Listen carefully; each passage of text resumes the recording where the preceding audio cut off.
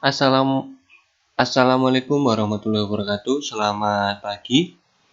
Hari ini kita akan belajar mengenai tentang converse, inverse, dan kontraposisi. Jadi kalau sebelum penilaian akhir semester yang lalu, kita belajar tentang membuat tabel kebenaran, maka hari ini kita akan belajar converse, inverse, dan kontraposisi. Jadi dari suatu implikasi, jadi pernyataan implikasi itu kan bentuknya adalah P, Q.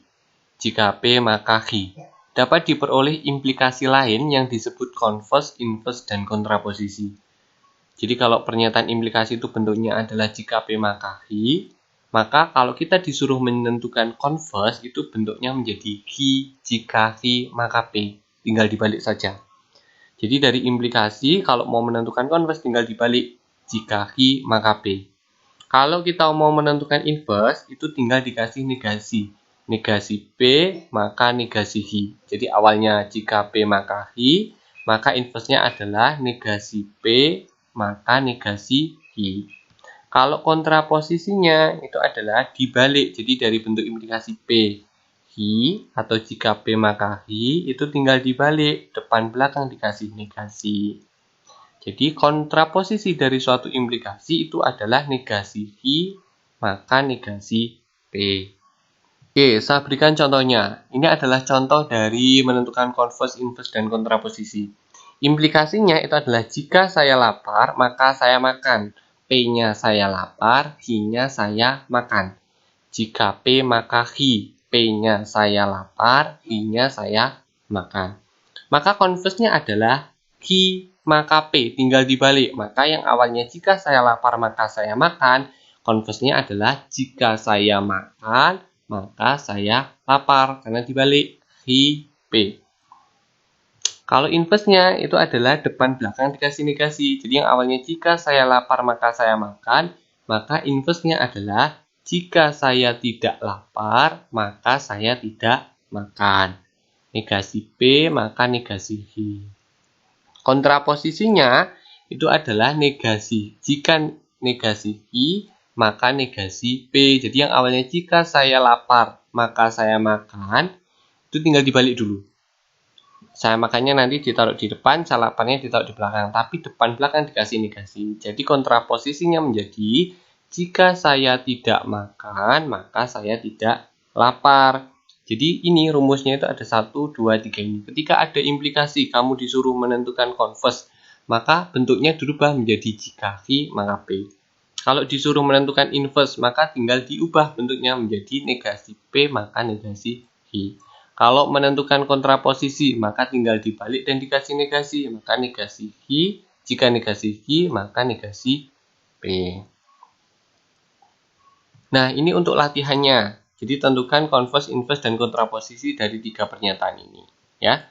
Jadi jika 4 adalah bilangan genap, maka 4 habis dibagi 2. Itu ditentukan converse-nya, inverse-nya, dan kontraposisinya. Terus yang kedua, jika harga naik, maka permintaan berkurang. Itu maka juga ditentukan converse-nya, inverse, dan kontraposisinya.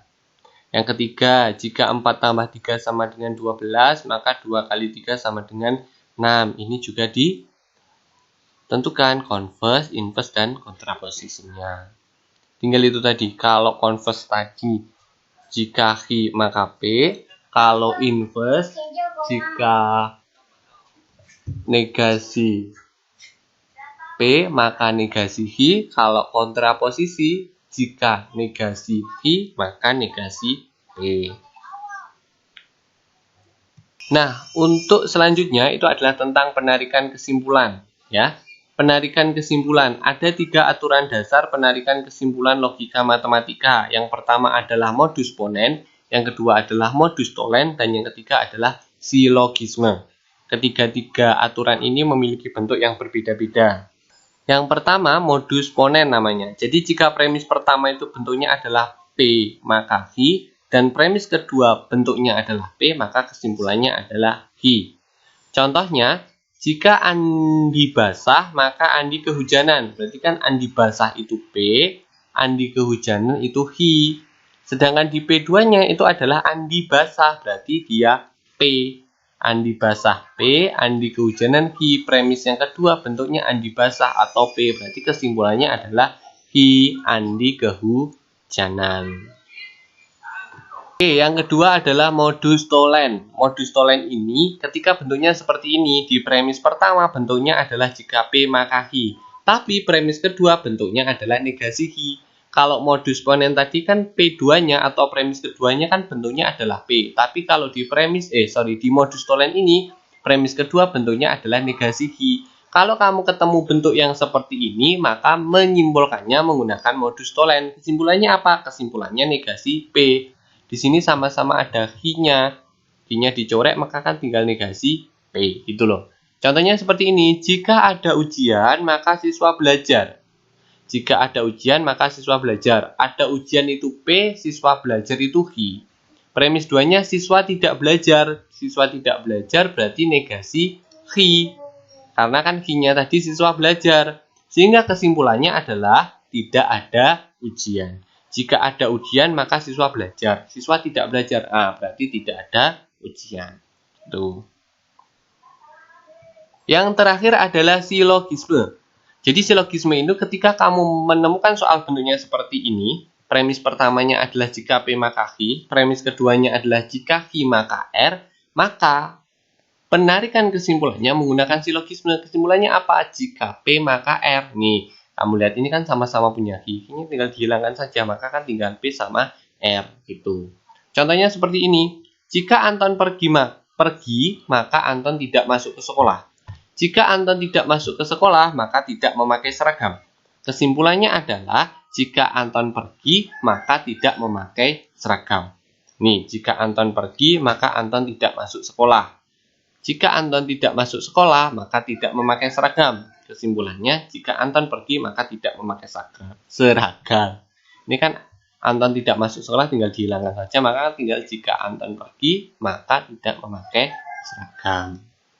Nah, itu yang perlu dipelajari, termasuk latihannya ini ada 2. Silahkan dikerjakan. Kalau ini soalnya yang panjang tapi jawabannya yang pendek, karena kan kesimpulan. Jadi suruh menentukan kesimpulan ini. Yang pertama, soal pertama, premis satunya adalah jika bunga itu melati, maka bunga itu berwarna putih. Premis kedua, bunga itu tidak berwarna putih. Kesimpulannya apa? Soal yang kedua, premis pertamanya adalah jika hari Senin diadakan upacara, maka siswa-siswi pergi ke lapangan Merdeka. Premis kedua, hari Senin diadakan upacara bendera. Nah, maka kesimpulannya apa? Silahkan dikerjakan ya. Jika ada yang belum dipahami, boleh ditanyakan.